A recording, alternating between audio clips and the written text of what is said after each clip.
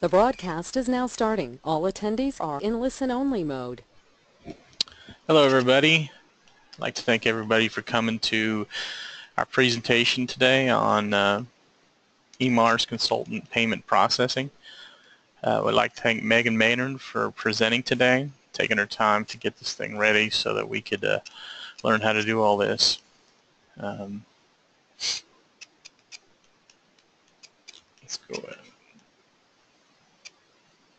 One of the things that I wanted to let everybody know is that if you want to go back and look at previous webinars, including the one we did last week, which I think is already posted, you can go to the KYTC Highway Design webpage, and if you look at this arrow over here, excuse me, you can click on the link to Software and Support, and there you can find a list of all the webinars we've ever done, and like I said, including the one that we did last week.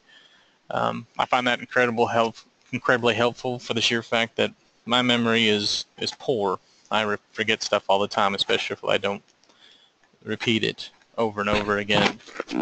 So for all of you who want to go back and watch, if you missed last week, you can go back and watch it, or if you missed any other webinars, you can go back and watch them, and or if you've just forgotten and you want to rewatch it.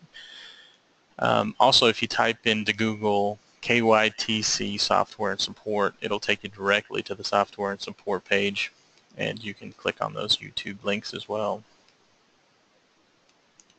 If you have any questions, not about consultant payments, we couldn't help you with that, but if you have any questions about MicroStation, En-ROADS, or ProjectWise, you can contact KYTC CAD support at ky.gov, just for those people who use that those program packages. There hasn't been a question we haven't been able to answer, but if we do get questions about payments and stuff, we'll know where to send them. So it's all good if you decide to do that as well.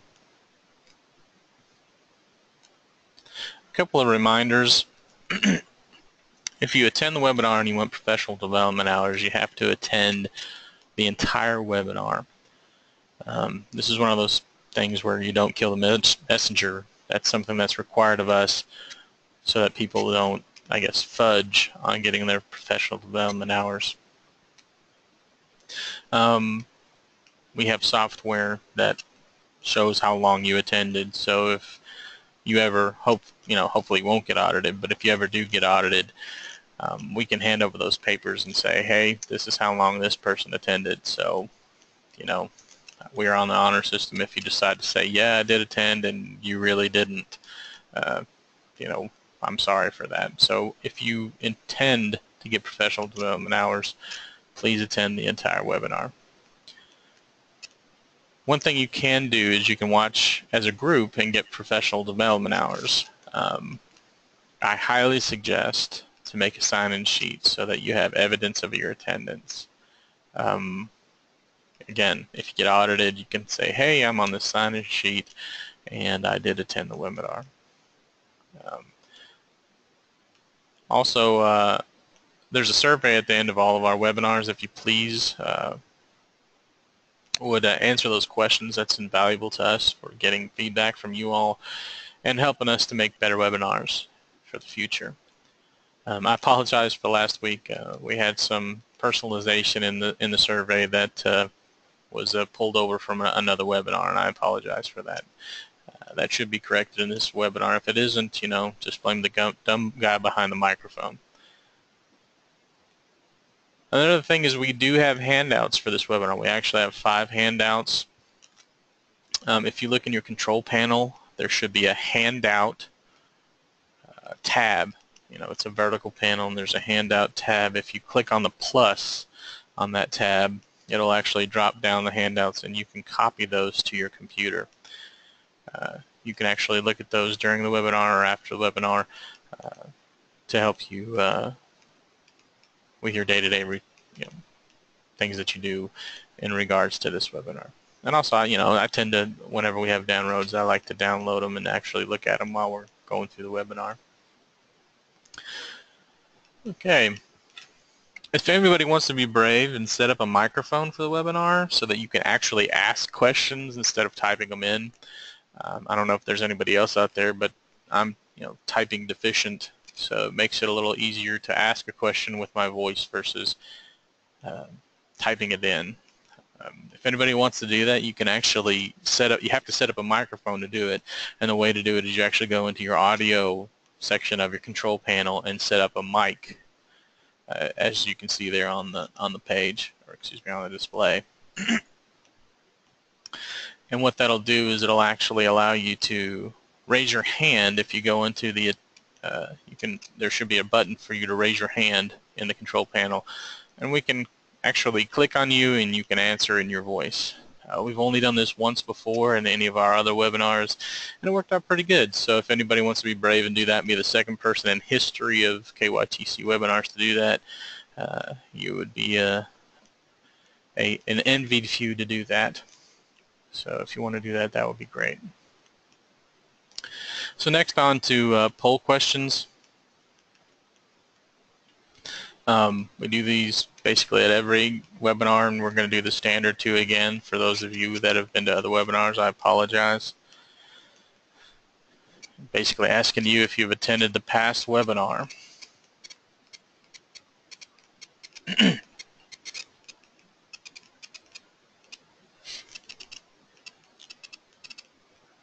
don't know if anybody out there is glad that it's cooling down, but I sure am, I'll tell you. I'm not I'm a heat sensitive person. I don't like the heat. I like the cold myself. Not necessarily cold. I like spring and fall is what I should say. Okay, it looks like we're kind of slowing down with the voting.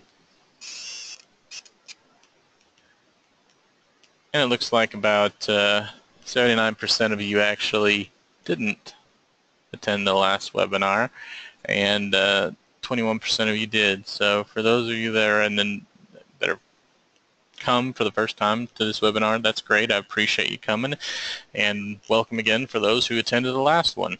Hope we all learned something today. And for our next webinar question, have you ever attended one before, and if so, how many?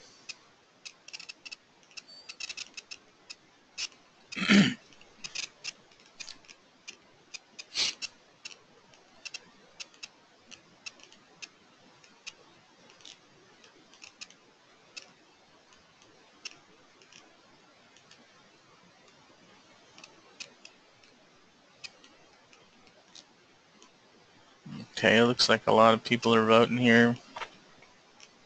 Let's see if we get a little more. All right, it's slowing down. All right.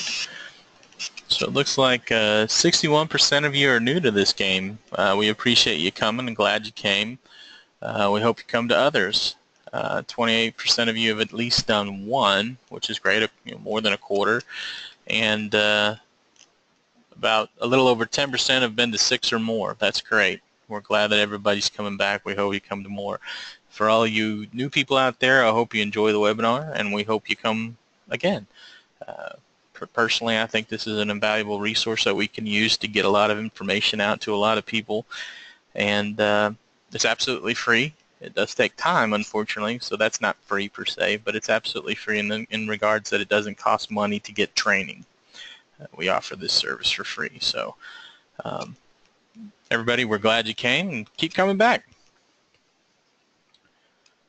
Okay, so on to the presentation.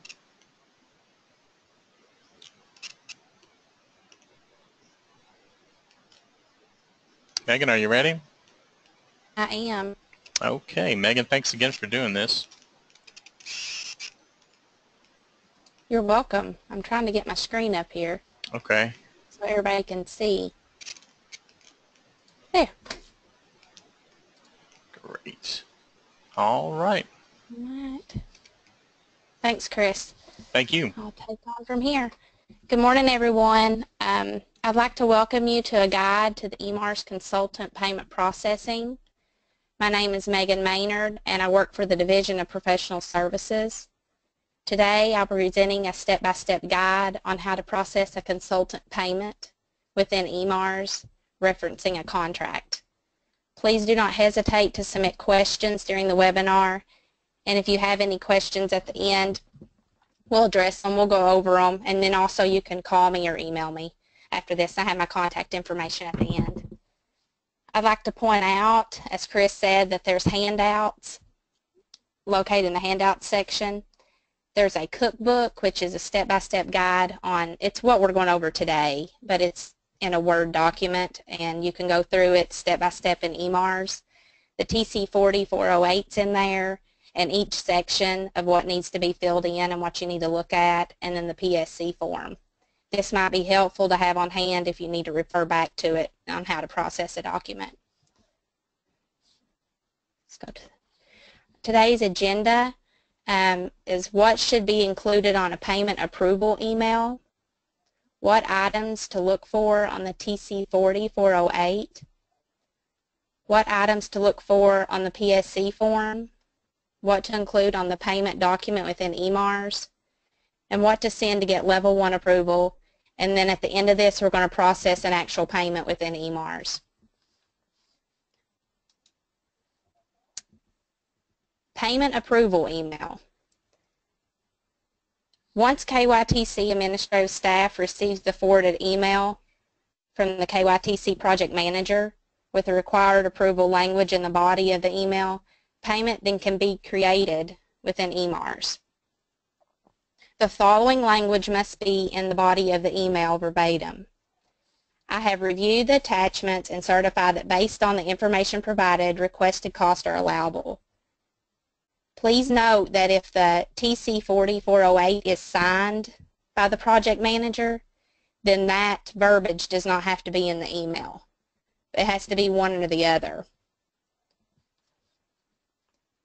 And this is an email that I've received, and it's got all the attachments on it, the PSC form, the estimate, and then the supporting documentation. In the subject line, it's statewide, and it's got the item number, which is not applicable, the contract number, and the pay estimate number. That just helps when you're trying to locate it in your email. Okay. Mandatory information for payment processing. The TC40 408 pay estimate, you need the project funding strip for the payment to be made. That's what it'll look like. The PON2 number.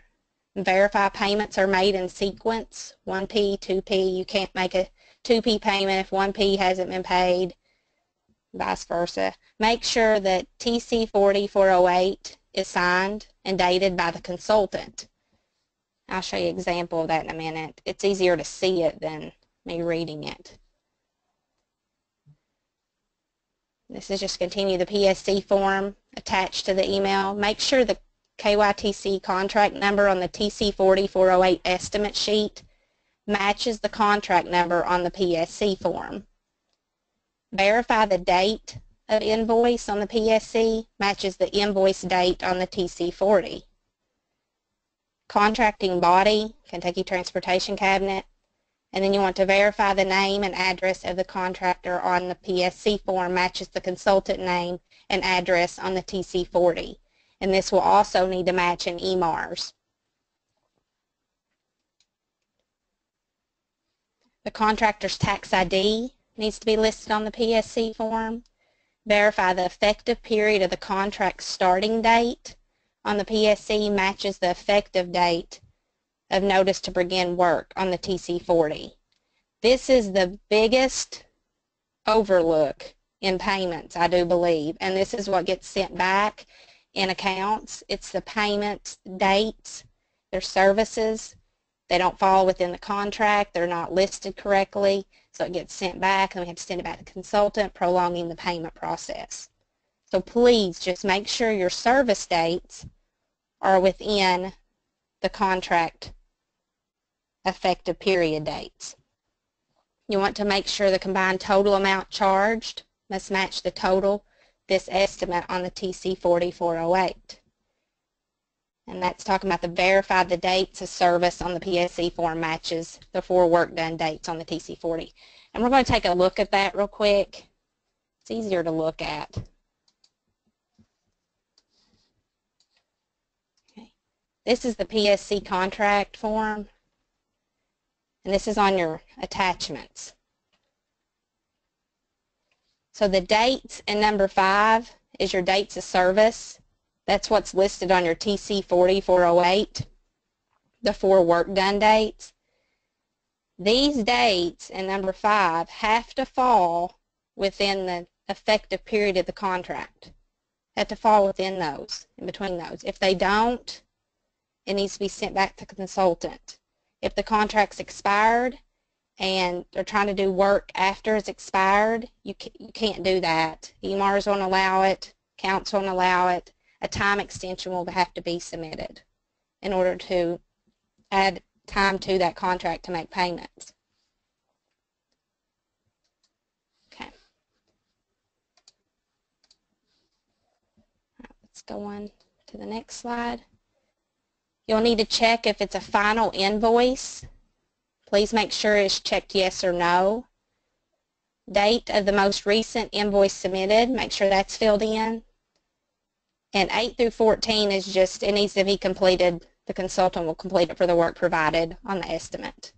And then make sure the PSC form is signed and dated by the consultant. And that's on the back page normally of the PSC. Okay. Now this is processing payment in eMARS. You'll want to print out your pay estimate sheet because you'll want to write the PRC number on it once we've created it. All right, you'll want to log into eMARS. This might be confusing, but everybody that does eMARS should know what I'm talking about. And then, like I said, we'll walk through the payment at the end. But you'll log into eMARS. You'll click search. You're going to pull up your PON 2 number in your document catalog section. And most of y'all know that if you use an asterisk for the zeros, you don't have to type all of those. That's a wild card. And you'll click Browse. And you'll go to the last PON 2 created, which will say Final. And if it says that Encroll right there, that means that it rolled in the fiscal year. And no modifications have been made against it since it rolled. You'll click on the final one and open it up. And then you'll navigate to the commodity section of the PON 2. Select which commodity line you want to pay from. You'll check the open amount for the commodity line, and you'll need to make sure that there's enough money on this line to process the payment that's on your invoice.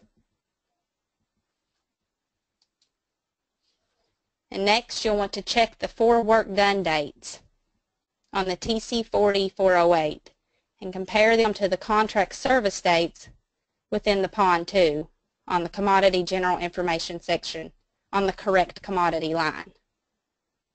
And that's what it looks like. And if the funds are available and the 4 work done dates on the TC 4408 falls within the range of the service dates on the contract, then you're ready to create the PRC.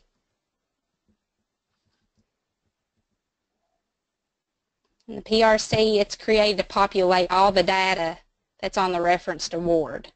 Users will complete the document with appropriate quantities, dollar amounts, and vendor invoice information. And then you'll submit it to get level 1 approval. Excuse me. Okay, processing payment in eMARS. You'll want to go to your commodity section, and if there's only one line on the commodity section, then you'll just select that line.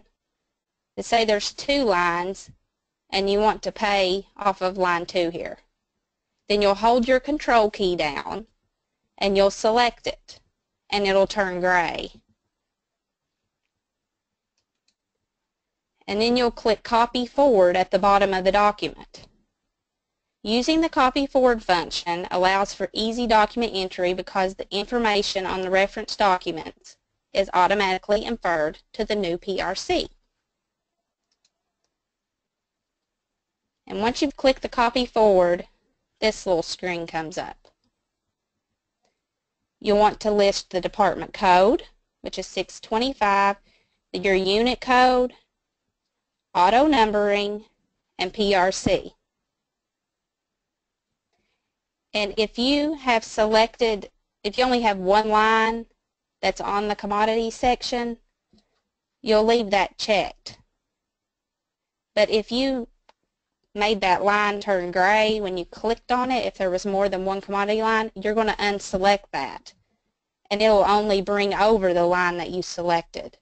But if you leave that checked, it's going to bring over all commodity lines, and you're going to have to delete the ones that you don't need. That's what talks about that. And then you'll click OK.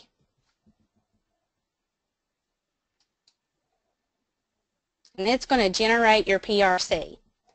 And that PRC number will be at the top of eMARS. And this number right here is what you need to write on the top of your TC40408.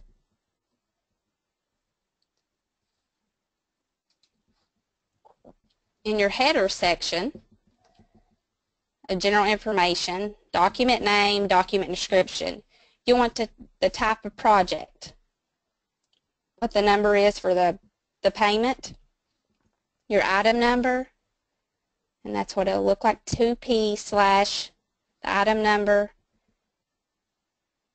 If it's final pay, you put F. If it's a letter agreement, you'll put LA, the number sign, and the number. And then you'll copy and paste what you just typed in the document name and put in the document. Next, this is what it'll look like. So if it has the consultant's name, you leave that and then type in your payment information right here, and then copy and paste it into the document description. And then you're going to navigate to your vendor section. The name and address on this section must match the consultant name and address on the TC40408 and on the PSC. The vendor section of the invoice, this is very crucial to make sure that you type this in the way that the payment is. If it's 2P, put 2P. This is normally what you're going to put on your header in the document name and the description. It needs to look just like that. If you don't have a letter agreement, it's just going to look just like this. The 2P / 5, that'll be your information. And then you're going to put your invoice date, which is on your TC40408. This is how the document can be tracked. If you need to go in and check all the payments in eMARS that's been made against that specific item number, it's just easier to locate when you put the actual pay estimate number and list it like that. Then we're going to go to the commodity section. You'll only need the commodity line for the payment being processed. So if you selected one line and turned it blue, that blue-gray color, that should be the only line there if you unchecked that box when you were creating the payment. If you didn't uncheck the box but you made the line blue, you can always just delete the line that you didn't need. And then you're going to put your 4 work done dates listed on the TC40408 form into the received service from dates and to date. That's your service dates right there. Those have to be on there. And if those dates don't fall within the contract dates on the PON2, your document will not validate. Then you're going to enter your contract amount. That's on your TC40408. The amount of the payment. And in your invoice information section, which is on the commodity line, excuse me, sorry. I've been trying to get over this head cold. And there's all these allergies going around. Once you click save, it will bring in this vendor invoice number and the invoice line and your invoice date. But you need something in the check description. So what you're going to do is you're going to copy what's in your vendor invoice number. So you're going to highlight it, push Control-C, and then in your check description, you're going to push Control V as in Victor and put it there. This check description is what shows up on the pay stub to the vendor. That way they can see what the payment that they're receiving, what it's for. And it's on the top of the stub. It'll show that exact thing on the stub. Looks just like that. That way they don't have to call and say, what's this payment for? Because if you don't put that in there, all they see is the PRC number and the amount. They don't see anything else. And then you're going to validate. And when you validate, eMARS just did a patch, and I know that it was confusing. It's confusing for me because it changed. You had to actually go to the accounting section and put in your information, but now you can validate and it will pull in the information back to the way it used to be. You'll want to review the funding though once you validate it on the accounting section to make sure that it pulled in the right information, or whoever created the PON2 put in the correct funding information.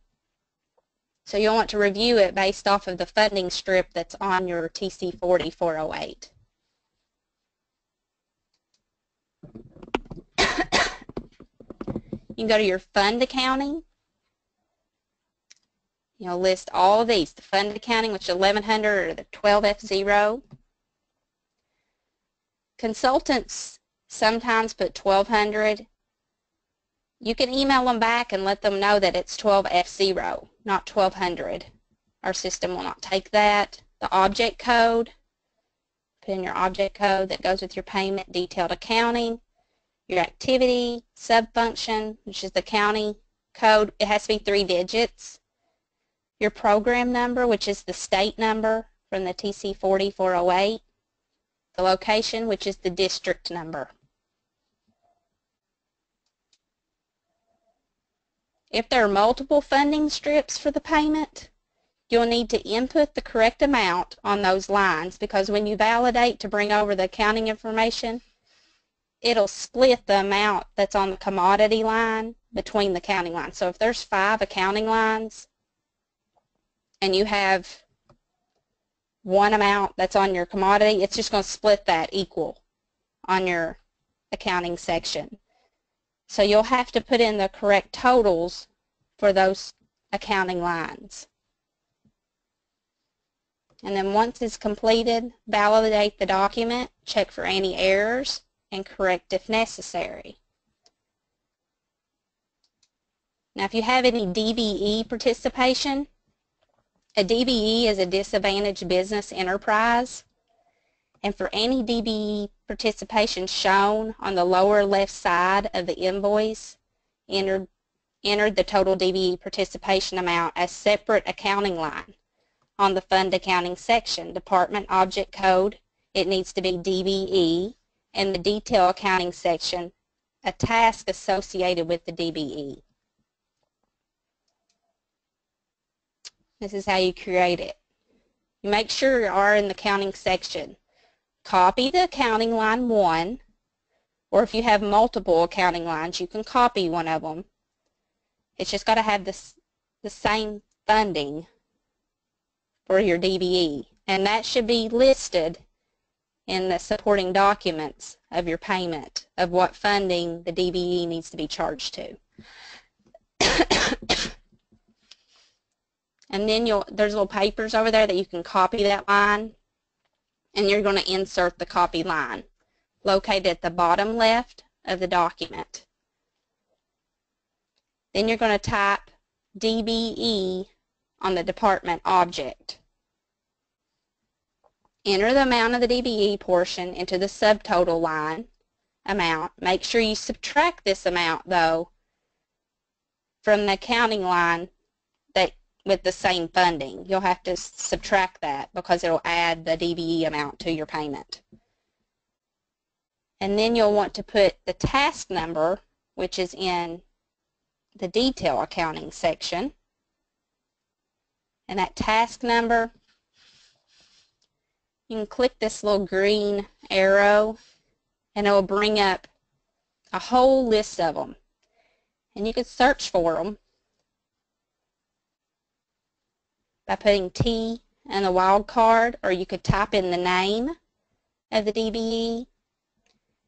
Or if you can't find it, you can email Bob Scott, bob.scott@ky.gov, and just give him the name of your DBE, and he can add it to the list and give you a task number for it.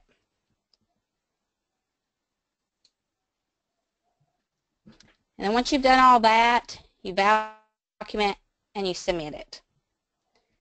And it'll go pending. And then when you're submitting for level 1 approval, you'll submit the payment to eMARS to the next level 1 approval. Forward the email that was sent from the project manager with all attachments to the level 1 approver. Division of accounts requires all attachments to be in PDF format. Please review the example pay estimate and the example PSC at the end of the document to make sure everything's correct before you send it. Just look over it one more time. And then you'll just put pending level 1 approval. But this is the actual email. So I would click forward at the top. So all my attachments stays in there. And they're all PDF. And I'll put the PRC number is pending level 1 approval. And I'll send it to my supervisor, David Gormley, and then he'll submit it to KYTC Consultants accounts to approve it for payment. And that's all for the PowerPoint. If you have any questions, just hold them to the end because we are going to walk through a payment right now in eMARS. And if you'll go to your handout section, you can pull up the payment example PDF, which looks like this.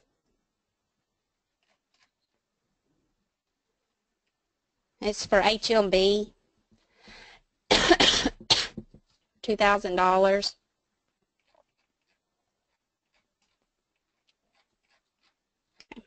And it's sideways, but you could see the email that I received. Sorry about that, y'all. Turn it. But you can look at it if you can pull it up. I'll turn it though.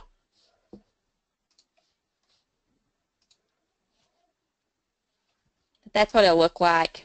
And all the documents are PDF. The way he's got his subject, it's got the pontoon number, the item number, and the pay estimate number.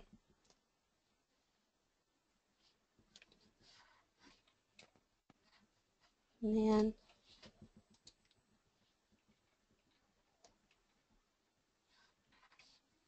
our dates, our service dates is July 20th through August 20th, 2016. We're going to go up here to the PSC. And those dates are right there on number 5 of the PSC. And they fall within the dates of the effective period of the contract. And they've got the total amount for this invoice on number 4, matches the TC40.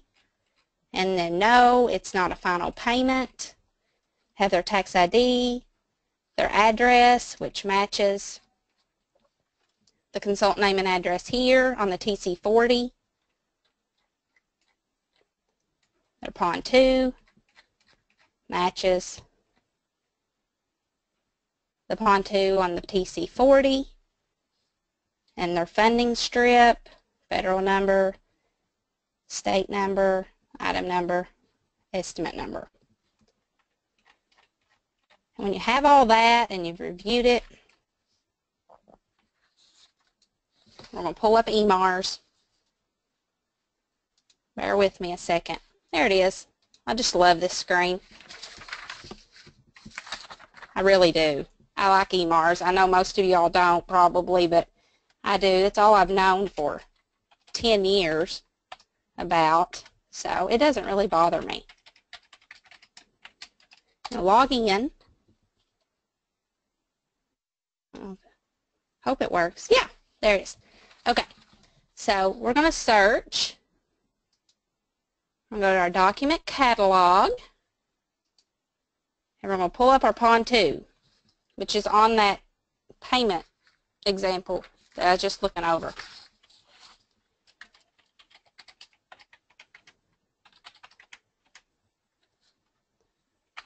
And I'm going to put the asterisk in so I don't have to put all my zeros. And you can click enter or you can click browse, whichever you want to do. I always click enter. And there's a whole list of them. This has had a lot of modifications. I'm going to go last.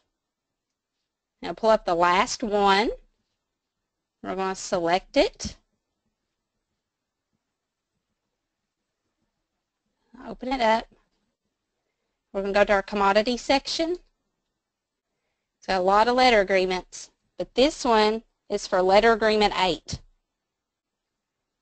and 8A, which they're all on the same line. So I'm going to select that line, and I'm going to check my open amount. It's right here. It's got $16,305.04 left on that line. This payment's for $2,000. So what I'm going to do, I'm going to hold my control key down. I'm going to select that line. See how it's gray? And I'm going to click copy forward. I'm going to select PRC. I'm going to type in my information here. Auto numbering. And then since I selected that one line, I'm going to uncheck that. Select entire document. I don't want to take all my accounting lines over. Now I'm going to click OK. So there's my PRC.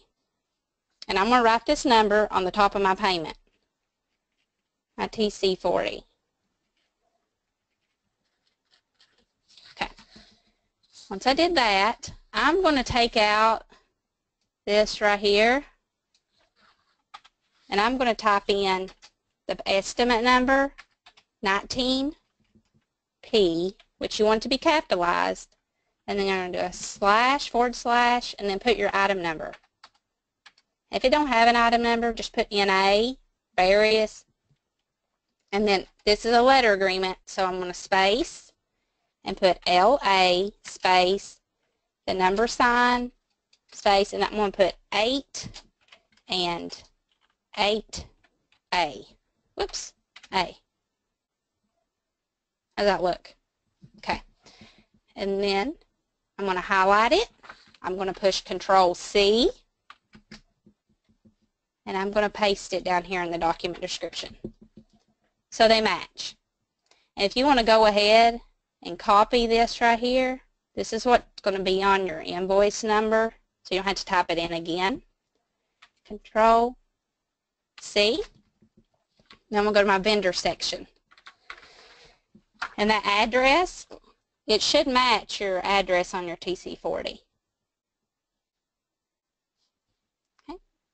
If it don't, you can contact the Finance Administration Cabinet, Statewide Accounting, and they can send you a 1099, and you can send that to the consultant and have it updated. And they can talk to Bethany Crockett, is her name, at Statewide Accounting. So here, got the address. I'm going to click Invoice Information. And here, we're just going to put that, what we just copied on our header. Push Control V. And that's our invoice number. You're going to put your invoice date, which is August 20th, 2016. And click Save. Always click Save. You can't click it enough, because if this screen goes down, then you've got to go back and redo it all over again. It won't keep it in there. You go Commodity section, and this should have just brought over the line that you needed. You'll want to put in on the contract amount, you'll want to put the $2,000. Your service dates, that's your 4 work done dates on your TC40. Excuse me.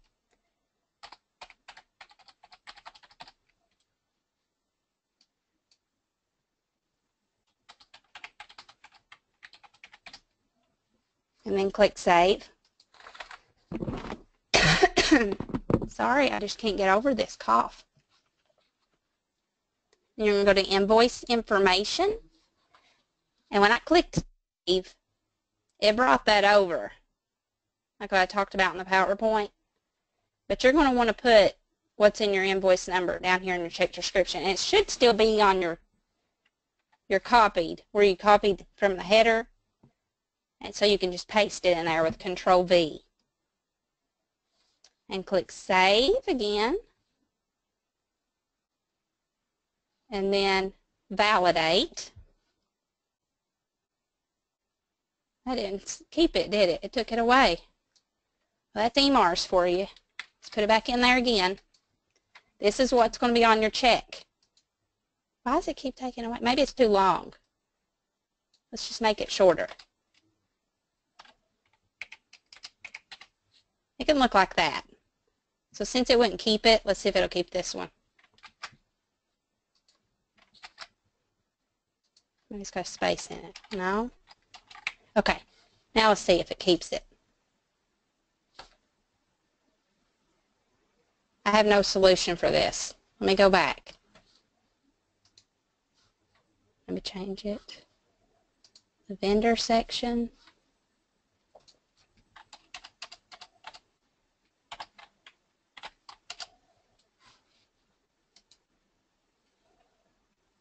Commodity.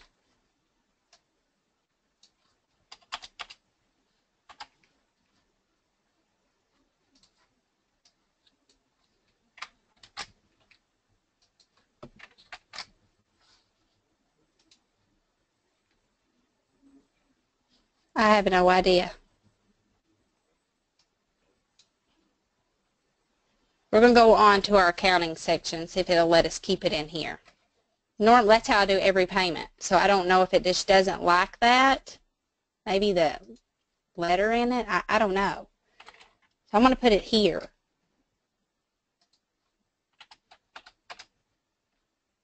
You can also put it on your accounting line. And validate.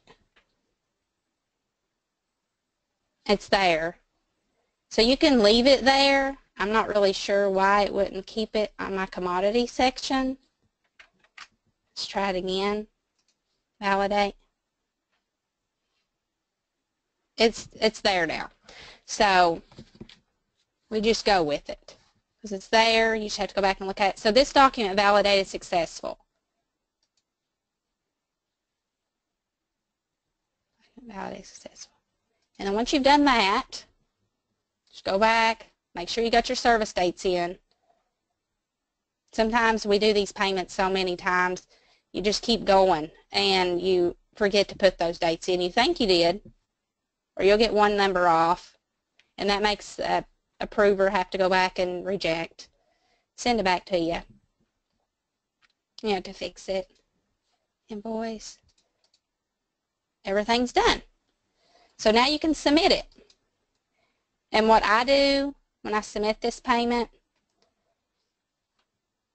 is I've got it wrote down, then I'll open up the email from, normally it's my manager. He'll send it to me, or the KYTC project engineer. He'll send it to me, and then I'll click forward, have all my attachments there, and I put 17*33810 is pending level 1 approval, and I'll send it. So that's how you process a payment. Sorry about the vendor information section, but we got it in there. And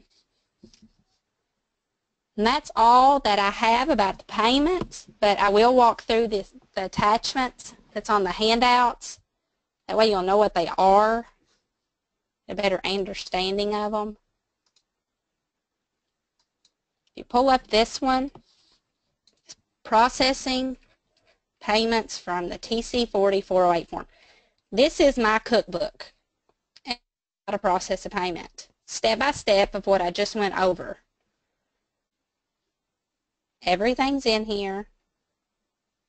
I sent this to a few of the people in the districts, and had them look over it. I didn't get much feedback. But if you see anything, that needs to be changed or you feel that's not correct, please email me, let me know. I mean, I leave out things all the time, but it's good to have an extra set of eyes looking at it too. So just look over it. It's step by step, and at the end of it, sorry if that's making you dizzy. Fast. I have listed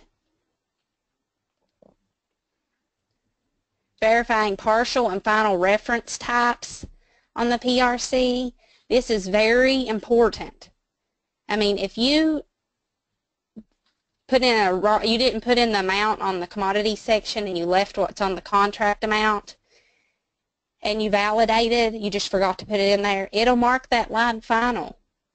But then say I didn't put the amount in there. So you go back and put the amount in there, it'll still be final. You have to go back to your reference section on your PRC and change your reference back to what it should be. And that's right here. I'm going to show it to you because it's very important. It's right there. It should say partial. If it's a final payment, it's a final payment, but it should say partial. The same as your accounting line. It should say partial as well. Because if you close out this line, you have to do an inverse PRC, $0 amount, and open it back up. And until that goes through, no payments can be made on this contract, on that line. No payments can be made on it because it's been finaled out. And then if it rolls, you don't realize it until after the fiscal year, and it rolls, then you have to create a new line for the amount that was left on it. It just makes a mess. But it can be fixed. We can fix it. We'll work through it. If that happens, give me a call and we'll go through it together. That's how to make sure that they're all partial or final. And if you want to research payments that's made to the consultant via the PON2, I go to the DIS BDQ table, and you can go to that. We'll pull up eMARS again. You can look that up on page search, page code, DIS BDQ. And say you have the vendor code. You can go to the PON2 and get that. You'll put it in here, or you can put VC asterisk and then the last digits. And then you could type in your invoice number. Say you just wanted to check the payments made on that item number, the project number. You would just type in, say this one, 10, and you can put an asterisk after it and an asterisk before it. That's going to get all the payments that's been made against it. So this one's 19P. I didn't get the vendor code off of it. Let's go back and look at it. I want you to see this, because it's really handy, because you can actually see all the payments that's final against it. So I'm going to copy my vendor code on my PRC that I just did. And I'm going to go back, page search, and I'm going to type in DIS BDQ. Browse. Bring it up. We're going to put in our vendor code, and then the invoice number. I'm going to put asterisk 10-29300 asterisk. And let's cross our fingers that it works. It'll take it a minute. So right here, it shows all the payments that was made for that project number. You can look through. So if there's one payment that's got 3 lines, it's going to show 3 different ones. As you can see all of them. That's a 5P for letter agreement 9. There's letter agreement 8. That's the first payment that is made on letter agreement 8. And this is how people put in their vendor information, their invoice number. And that's why it's very crucial how you put that in, because it helps with looking up payments when you have to go back and look to see if they've been made. And then if you want to look at that payment, who created it, you can click on it. You can go to workflow, track work in progress. And Miss Carolyn Weber made that payment. And there's how I went through the approval chain. And that's that. Okay, now let's go back to this. Scrolling down. This talks about what I just did. The vendor number, put that in. This is probably going really slow for you all, and I'm flying through it. I need to watch my little screen in the corner.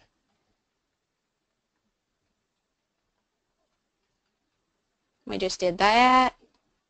And there's the paid checks table. It's similar. This is when checks have actually been paid out, like if it's been cashed. Like that consultant that we just looked up was an EFT, electronic funds transfer. So those are automatically put into the bank. If it's a paper check, it'll not show up until the check has actually cleared the bank on this table, the paid check table. And they look like this. GA, and then you have your check number. You have your rejected disbursement documents.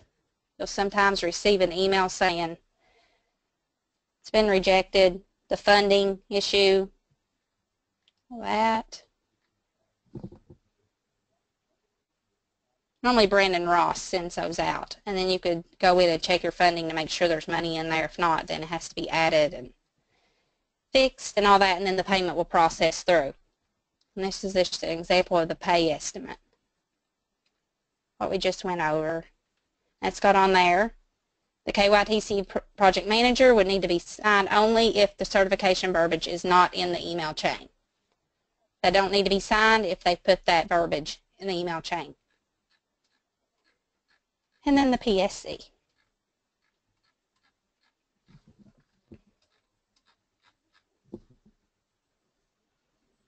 Okay. Now, we'll go see the other attachments. I'm going to pull up this one. This one is listed on our website, the professional service website. It's a guide to the pay estimate instructions for the consultant, the project manager, the district level, administrative staff, all of us is on this one. And this could be located, you can save this to computer now, or if you lose it or you want to direct somebody to it, you can always go to the professional service website, and it's listed. I can find it here.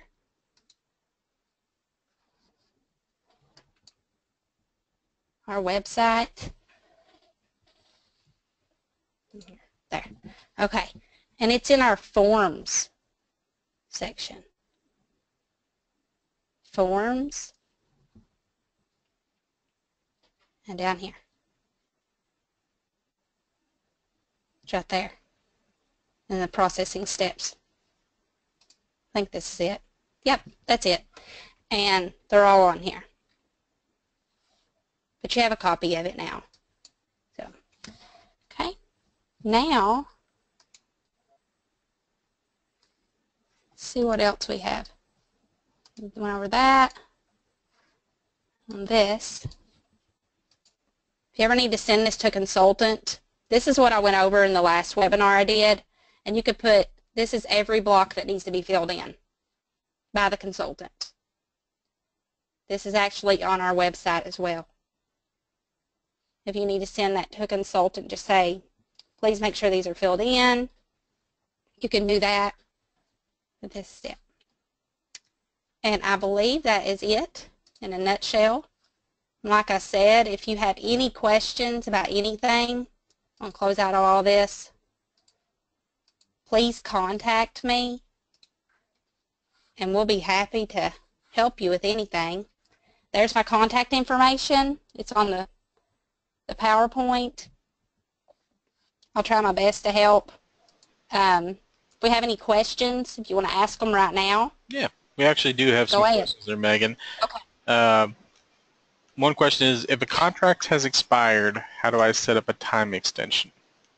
You'll need to let the consultant know that a time extension needs to be processed, and the consultant should know how to do that. Okay. And then another question is, can I get a list of contracts with service begin and end dates? Can I get a list of our contacts with beginning and end dates? Of all your contracts with beginning and end dates? Yes. I don't know. I mean, if they make payments from certain contracts, should be able to go in and look at those. As for a list of all of them, I would have to talk to Michael Shaw. He works in our office to see if it could be pulled. I think maybe a report could be pulled. I'm not sure. They send those out like to the consultants when the expiration date is drawing near, or at the end of the fiscal year, saying, hey, your contract's about to expire. But I don't know how we could go about pulling it up just for certain contracts other than just going into eMARS and pulling it up yourself. But I'll ask. Okay. If you can just write down that person's name, Chris, and I can get back to them. Will do. Thank you. Okay. Another question is, if there are multiple accounting lines under one commodity line, you shouldn't allow eMARS to split the amounts. Is that correct? That's correct. Okay. And because on your, let me explain that just a minute because that is confusing. On your pay estimate, it should show what needs to be charged to what funding strip, like program number, and you should put that amount that's on your estimate sheet. And if it's not like that broke down of how much needs to be charged for each program, you need to contact the consultant and have them break that down for you because it should be easy to read. Okay. Okay. And I think you showed this, but I'm not absolutely sure. Could you show how to mark a final payment as opposed to a partial payment in eMARS? Yeah, I can. Pull back up eMARS. So we're going to go history, back to our PRC. So if it doesn't have any money left on the contract, and say you're going to pay what's left on that line when you went in and looked at it, say it only had $2,000 left on it, it's going to automatically mark it final when you validate. But say it had $2,002 on it, it's going to leave $2, and you can go down and manually mark it on your commodity right here. It's on your reference section. So if the project manager says, I want to final this line out, I want to free up that whatever's left on it, $2, whatever. I want to free that up. So you're going to pull that down and click final, and then make sure that you go to your accounting section and your reference, and you'll pull that down and click final as well. And then that'll free up any money that was left on that line. And they'll be able to use it wherever else. That explain it, I guess?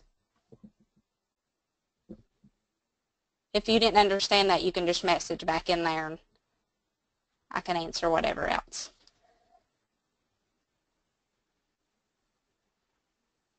Chris, are you there?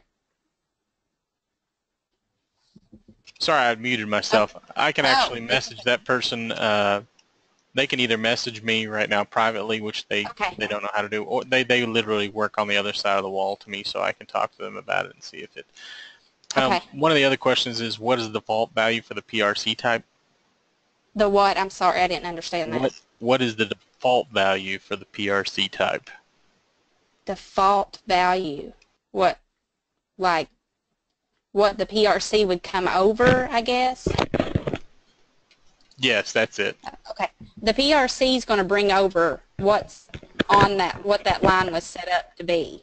So if that line was set up to have $2,500 on it, that's what's going to show up. So you need to change, or if you validate before you change it, it's going to mark that line final. So if we go back to, let's look at the pond 2 here.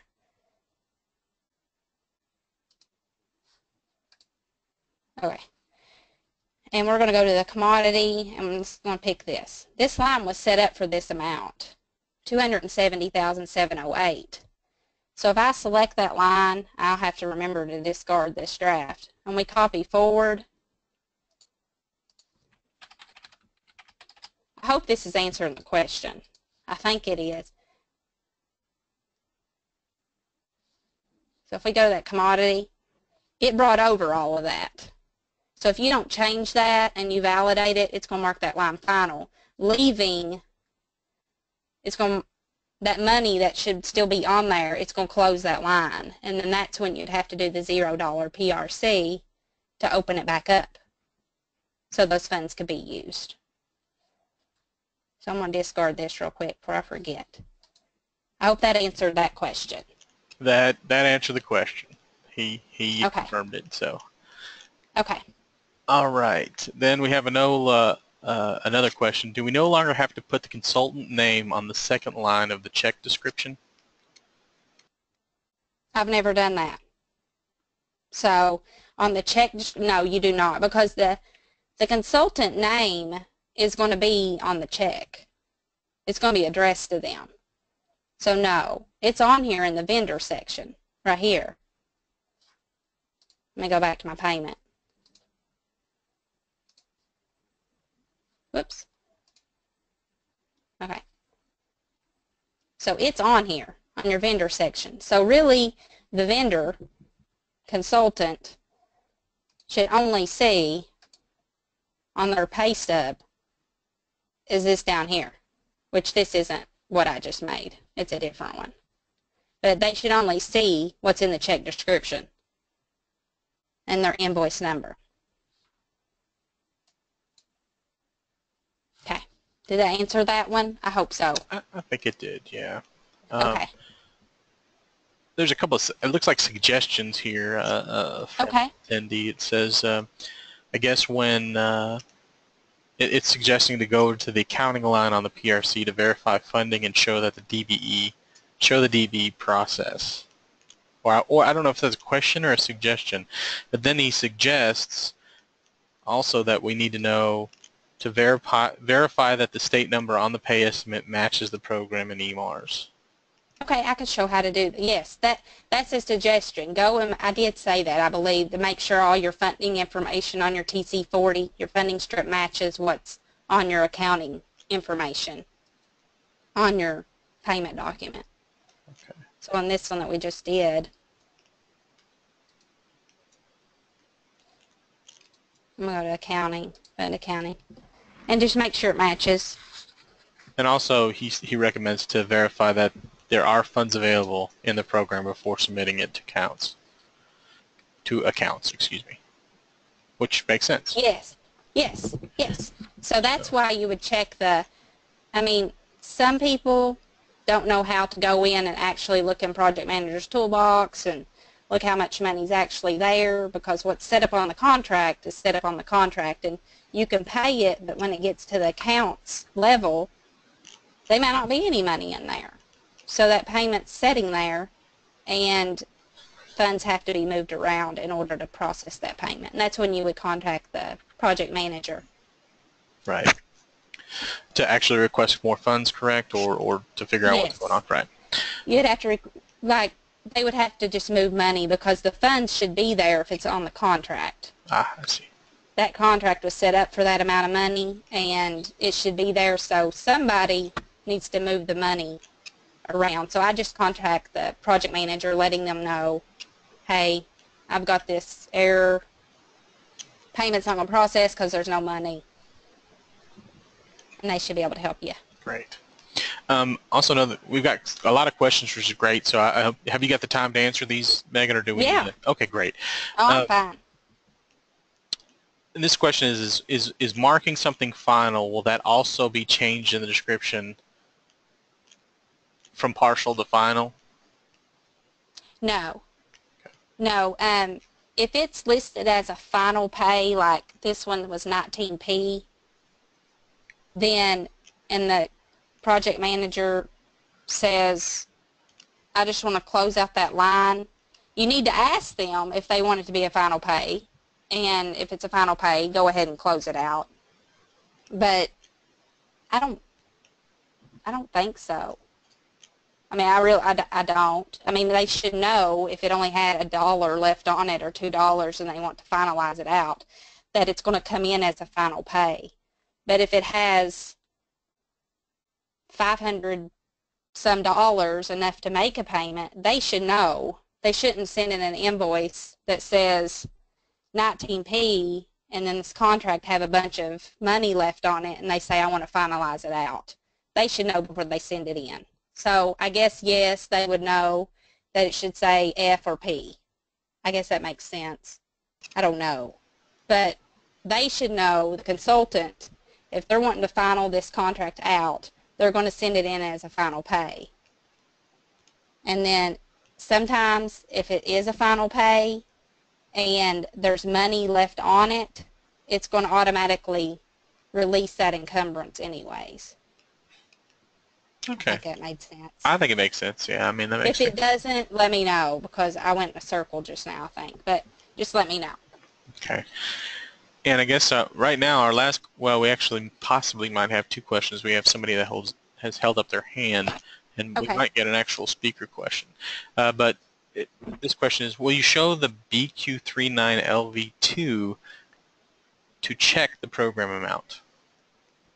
Yeah, you can go and look at that. Want me to pull it up? Is that what they asked? I think that's what they're wanting, yes. Okay. Sure. You can go to page search and you can type in BQ3 and I just put asterisk.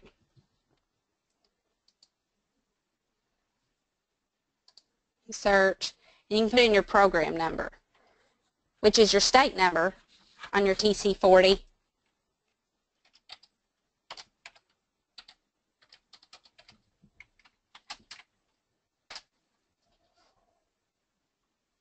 Okay. The unobligated, it's in the whole, total revenue. So it's the actual expenses. It's in the whole. So it can't, no money can be spent on it because there's no money for this one. It's in the whole. So in that case, that's one that would need more money or Right. money moved over, correct? Yes. Yeah. Yes. Yeah, because Okay. it's in the whole, unobligated. All right, I think that makes sense. We actually have one attendee here that has raised their hand, and we're Okay. going to try. I've actually sent a message to this person, making sure that they were actually asked a question, never got a response. So let's see if they're actually out there and wanting to talk. So I'm going to unmute them. This is to Melanie Young. If you're out there and you can talk, go ahead and talk to us. Hello, Melanie?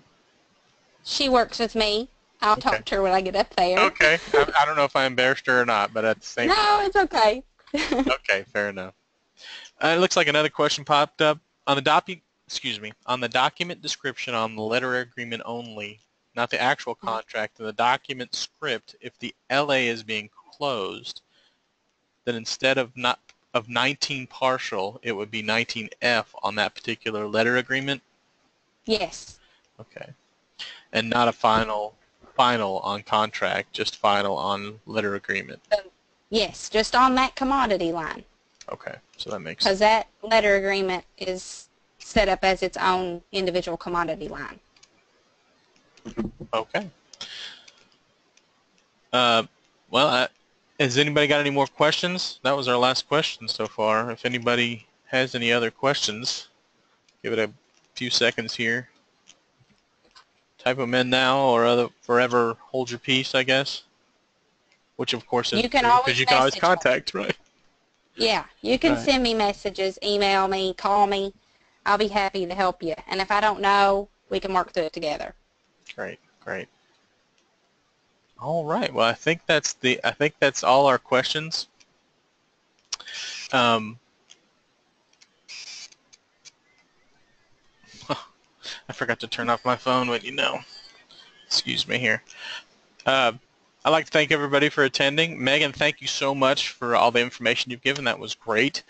I know there was a lot of questions there that were, I hope everybody got answered satisfactorily. It seemed like they were to me. And again, if you have any questions, Megan, you're available for contact. And, you know, if anybody has any questions and they accidentally send them to me, I'll funnel them on to you because I don't know nearly as much as you do, or even a smidge as much as you do. So anyhow, Megan, thank you so much for doing this, and hope everybody has a great day, and hopefully we'll see everybody again. Thanks again, Megan. Thank you. Bye, everybody. Bye-bye.